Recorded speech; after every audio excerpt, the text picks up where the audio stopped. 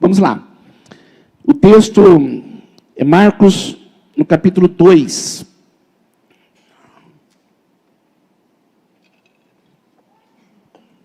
Uma passagem do Evangelho onde Jesus cura um paralítico. Poucos dias depois,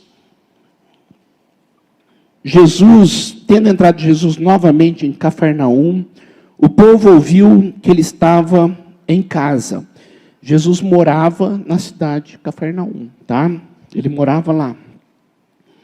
Então muita gente se reuniu ali, de forma que não havia lugar nem junto à porta. E ele lhes pregava a palavra. Muitas pessoas ficaram ali em torno da casa de Cristo, encheu de gente, e até na porta não tinha lugar. Vieram alguns homens, trazendo-lhe um paralítico, carregado por 4 deles. Não podendo levá-lo até Jesus por causa da multidão, removeram parte da cobertura do lugar onde Jesus estava. E pela abertura no teto, baixaram a maca em que estava deitado o paralítico. Vendo a fé que eles tinham, vendo a fé dos amigos do paralítico, vendo a fé que eles tinham, Jesus disse ao paralítico: filho, os seus pecados estão perdoados.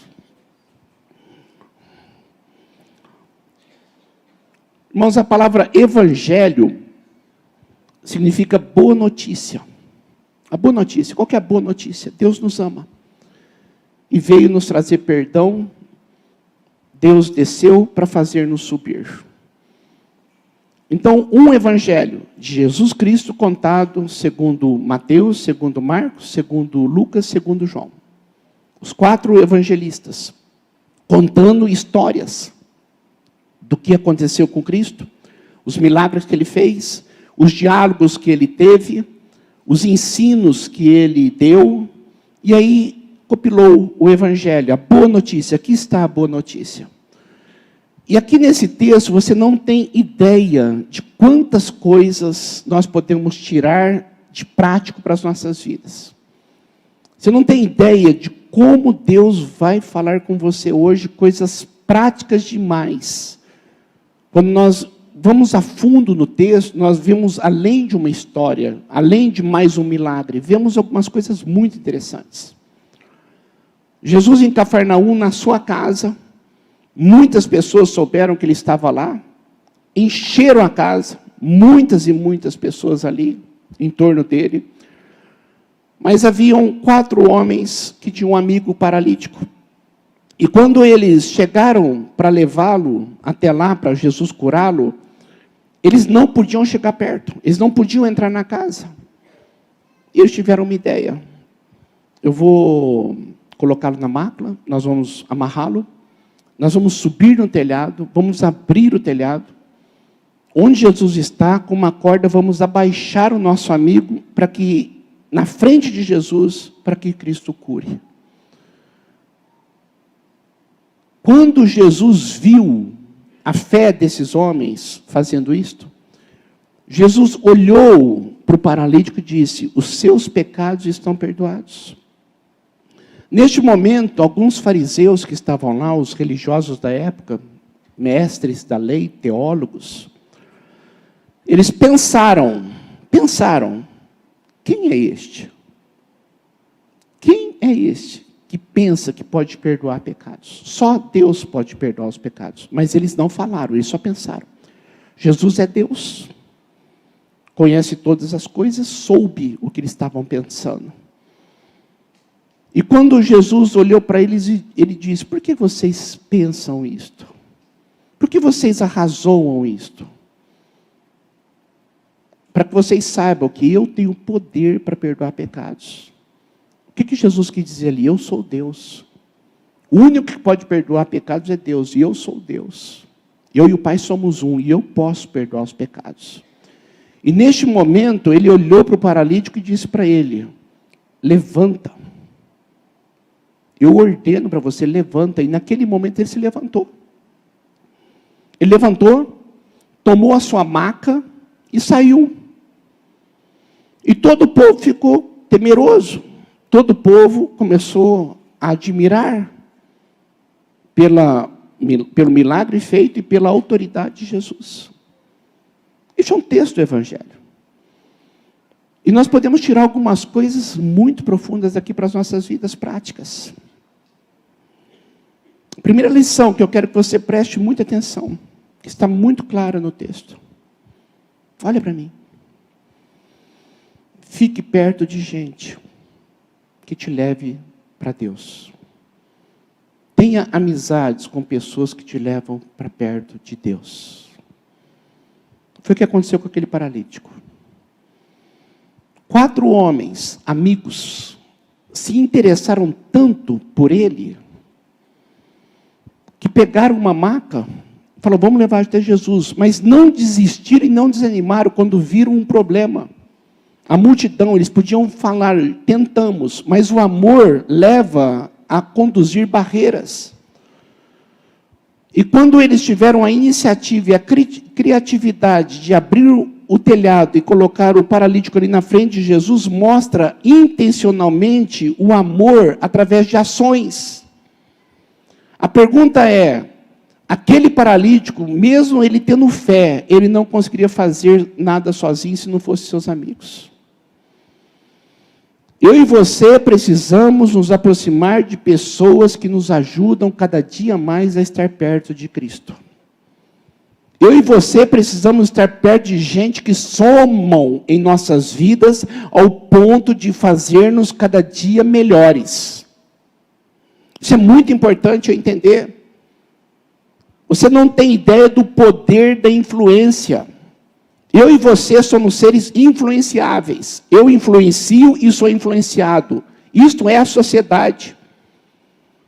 Provérbios diz, se você andar com um homem iracundo, você será como ele. O que é o iracundo? É a pessoa cheia de raiva, mágoa, que só xinga. Se você começar a andar com pessoas assim, você vai começar a ser igual. Se você começar a andar com pessoas desleixadas, desobedientes aos pais, se você começar a andar com pessoas materialistas, você tem grande probabilidade de ser igual. Você não tem ideia do poder de uma amizade, tanto para construir e restaurar, como para destruir uma vida. Tome cuidado com quem você anda. Toma cuidado com quem você conversa. Toma cuidado com os amigos virtuais. Toma cuidado com o que você vê. Nós precisamos ser pessoas muito ponderadas em saber escolher com quem nós andamos. Preste atenção no que eu vou dizer. Muitas coisas em nossas vidas poderiam ser evitadas se nós tivéssemos pessoas para nós conversarmos e abrirmos nosso coração como verdadeiros amigos. Os melhores amigos da sua vida são as pessoas de dentro da sua casa. A sua esposa tem que ser a sua melhor amiga. O teu marido tem que ser o seu melhor amigo. Os seus filhos têm que ser os seus melhores amigos, os seus pais têm que ser os melhores amigos. Isso é fato. São as únicas pessoas que se importam de verdade conosco. São as únicas pessoas que de fato se interessam por nós. Quando nos dá conselhos, e nós precisamos estar abertos para isso. Agora, qual que é a grande coisa para nós estarmos cada dia mais afinados com a nossa família? Eu ser uma bênção na vida do meu esposo, da minha esposa, dos meus filhos, para aproximá-los de Cristo. Eu ser bênção. Então eu preciso ter cuidado com as coisas que eu falo em casa. Eu preciso ter cuidado com a maneira que eu ajo. Agora é hora de incentivar, é hora de amar, é hora de expressar, é hora de elogiar. Não é hora de críticas, não é hora de peso. Eu tenho que ter pessoas que me ajudam a vencer as minhas limitações. Aquele paralítico tinha uma limitação. Ele não era assim porque ele queria.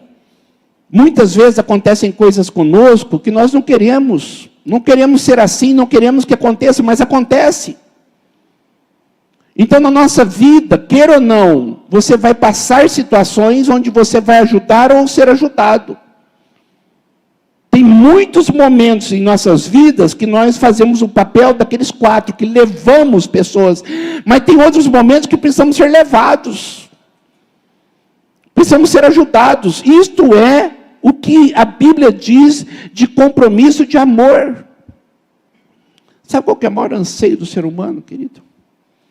O anseio da alma do ser humano. Amar e ser amado. É o maior anseio. Servir e ser servido. Elogiar e ser elogiado. É o maior anseio. A pior coisa do mundo é quando eu só faço e não recebo. E a pior coisa do mundo é quando eu recebo e não faço. Quando eu dou e recebo, eu sou uma pessoa realizada na vida. Eu preciso entender isto. Eu não posso ser prepotente, eu não posso ser orgulhoso ao ponto de achar que eu nunca vou depender e nunca vou precisar de ninguém. Tem algumas pessoas que pensam que maturidade é ser independente. Não é. Que a pessoa mais madura do que Cristo, e onde ele chega para os 3 discípulos lá no Getsemane e diz: eu preciso que vocês orem comigo, eu estou angustiado até a morte.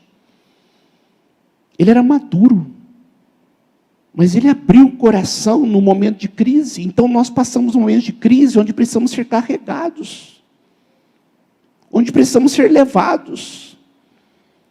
É uma notícia, é uma traição, é uma doença, é alguma coisa inesperada que vem. Se eu não tiver amigos nesse momento, se eu não tiver pessoas que se interessam por mim nesse momento, se eu não cultivar isto neste momento, eu estou amargado e amargando um derrotismo contínuo na minha vida. Cuidado com o seu orgulho. Cuidado com você. Cuidado com o seu coração. Existe uma coisa muito interessante no texto também. 4 pessoas precisaram pegar aquele homem para levá-lo até Jesus. 4 pessoas. Não, eles não iam conseguir.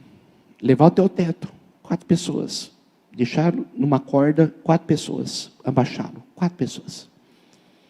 Se fosse um só, não conseguiria. Fizeram 4. Tem algumas coisas em nossas vidas que nós queremos fazer, mas sem a ajuda das pessoas não conseguimos. Você está com um problema com seus filhos em casa? Se una a sua esposa, ao seu marido. 2 pode mais do que 1. Nós precisamos aprender a unir nossas forças para abençoar alguém que está precisando. Nós precisamos, quando estamos sem forças, termos pessoas que se importam conosco. E o melhor lugar para se arrumar isso é dentro da nossa casa, a nossa família e dentro da nossa família espiritual, que é a igreja. A coisa mais gostosa do mundo é quando eu tenho alguém para dizer: eu não estou bem.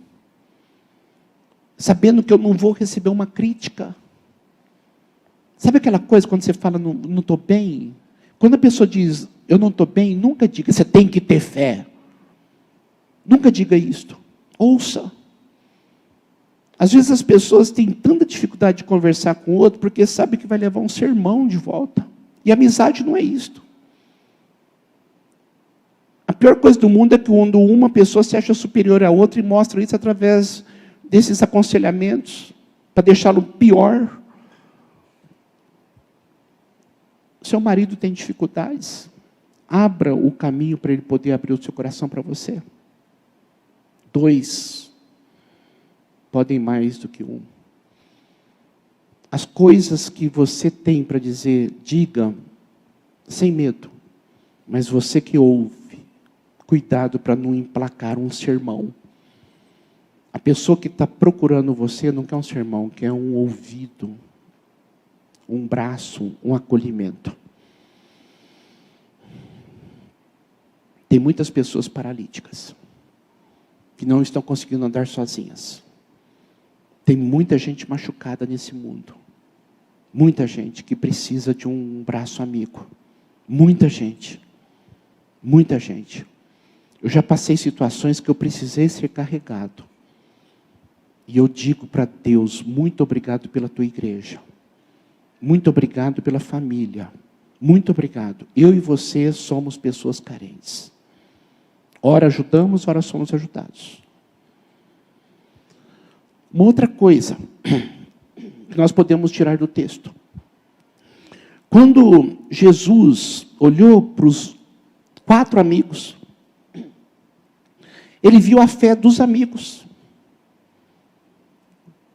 Pensou nisso? E olhou para o paralítico e disse, os seus pecados estão perdoados. Mas ele olhou a fé dos amigos.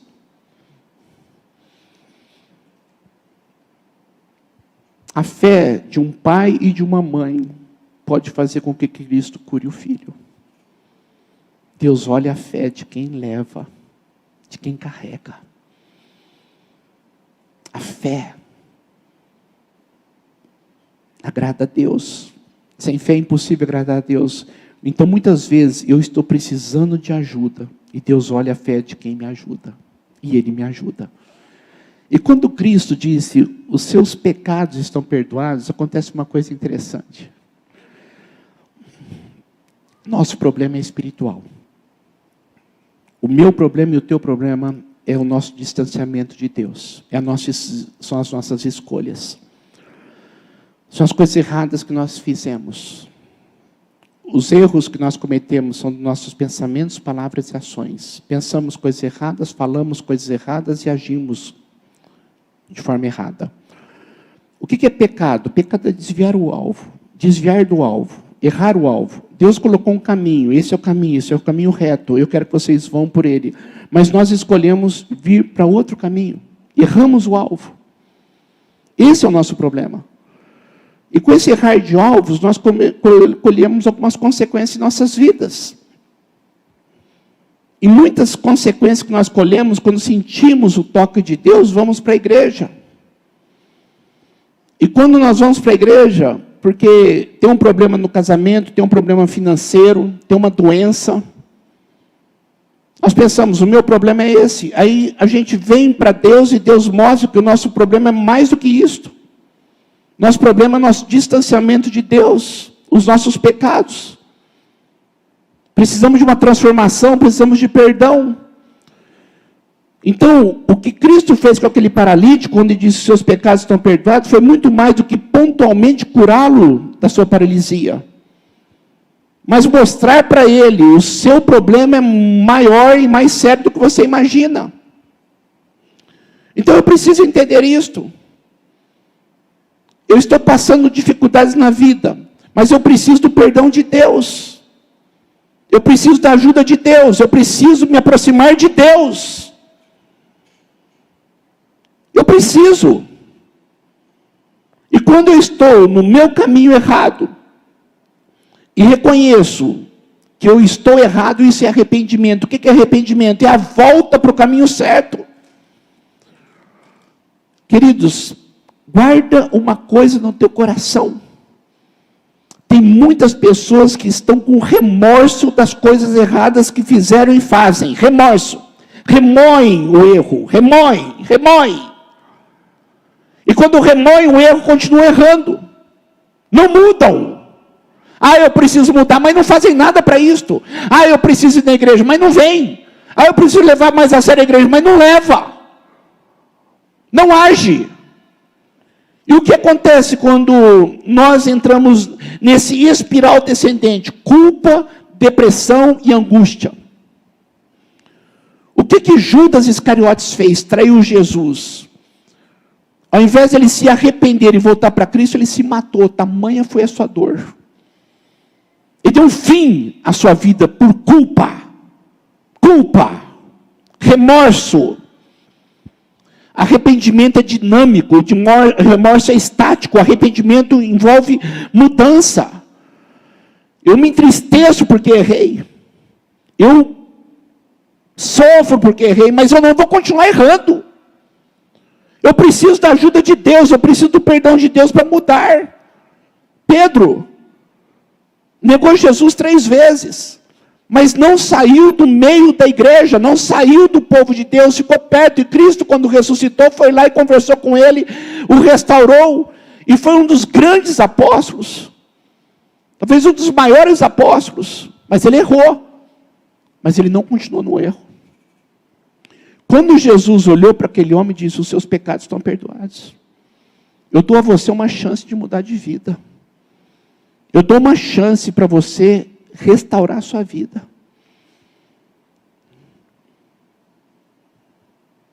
O seu problema é muito mais sério do que você imagina. E Deus, e só Ele pode resolver esse problema. Nada como perdão.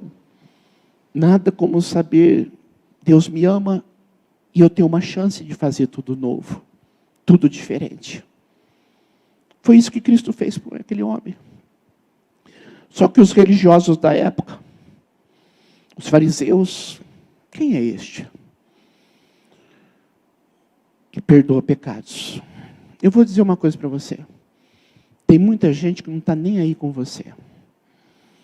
Ao invés daqueles fariseus ficarem felizes porque aquele homem estava curado, quem ficou de fato feliz, as pessoas que ficaram felizes ali, foram os 4 amigos, que amavam de fato aquele homem, que levaram até Cristo.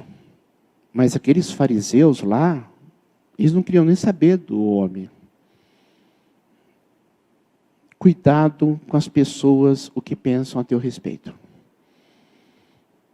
O que Jesus olhou para eles e disse: por que vocês arrazoam isso? Sabe que o verbo grego, que é a língua original do Novo Testamento, é razomai. Razomai vem de razão. Razão, lógica. Lógica. As pessoas insistem em querer explicar Deus e negam Deus. Insistem em querer entender porque tem tanta desgraça no mundo e porque Deus deixa e nega Deus. Porque querem entender Deus. Tem muitas coisas que nós não vamos entender nunca. A razão lógica não consegue explicar Deus. E eu vou dizer uma coisa para você. O dia que você conseguir entender Deus, Deus não existe.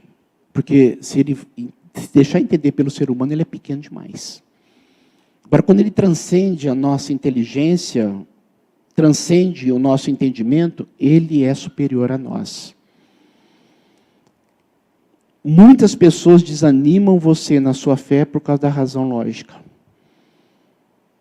Você vai para a igreja, você vai deixar isso tudo ter lavagem cerebral. Essas pessoas não se importam com você. Essas pessoas não querem seu bem. Você quer saber quem de fato te ama? Na hora da crise, são aquelas que estão perto de você. Enquanto você tem alguma coisa para dar, as pessoas estão perto. Você é um cara bacana, um cara legal, uma pessoa jóia, uma pessoa... Tem gente perto de você. Passa um problema no casamento. Passa uma crise financeira. Passa um problema de saúde. Pouquíssimas pessoas vão te visitar. Pouquíssimas pessoas te dão uma palavra. Pouquíssimas pessoas. Aqueles que te procuram na hora da crise são aquelas pessoas que realmente se importam com você. Mas aquelas com razão lógica, que só criticam tudo, não querem o teu bem. Eu e você temos um grande desafio. Escolher a quem agradar. Tem uma frase que me marcou muito. Eu não sei o segredo do sucesso, mas eu tenho certeza que o segredo do fracasso é: tente agradar todo mundo. Se você quiser agradar todo mundo, você está fadado ao fracasso. Então tome cuidado com o que as pessoas pensam. Aí filtre as suas amizades. Cuidado com quem você anda.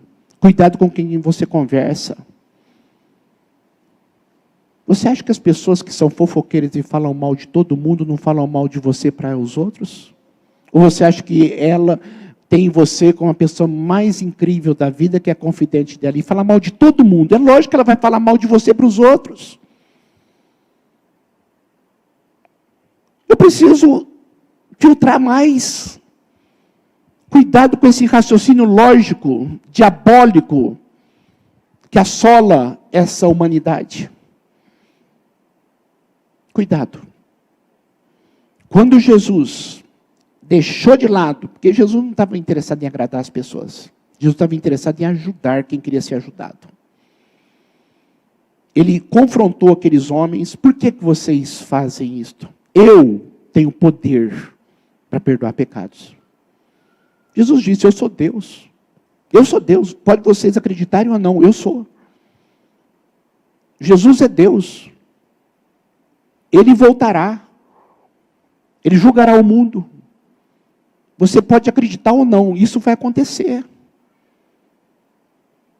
E quando ele olha para o paralítico, ele diz, levante-se. O problema pontual dele foi resolvido e o problema geral, que é o pecado, foi resolvido. Jesus não somente resolveu aquele problema imediato. E nós temos problemas sérios que precisam ser resolvidos, sim, pela graça de Deus. Uma cura de uma enfermidade, um problema financeiro, um problema familiar, ou uma crise profissional, ou crise interior. Precisamos de uma intervenção de Deus. Claro que precisamos, Ele pode nos ajudar. Ele deseja nos ajudar, claro. Mas muito mais do que isso. Ele quer nos dar a vida eterna. Uma vez um homem estava muito rico, muito rico, muito rico. A safra foi muito além do que ele imaginava. Ele ficou riquíssimo, riquíssimo. E ele pensou, eu vou destruir esses celeiros e vou construir outros maiores. Jesus narrando a história. E eu vou descansar e vou aproveitar a vida. Vou viver. Vou viver. Estou riquíssimo. Eu vou aproveitar a vida. Lá do céu vem uma voz. Louco. Essa noite pedirão a sua alma. Ou seja, você vai morrer essa noite. E aí Jesus pergunta, o que dará o homem em troca da sua alma? O perdão dos meus pecados e a minha restauração com Deus é a coisa mais importante da minha vida. A minha vida espiritual e as coisas eternas são as coisas mais importantes da nossa vida.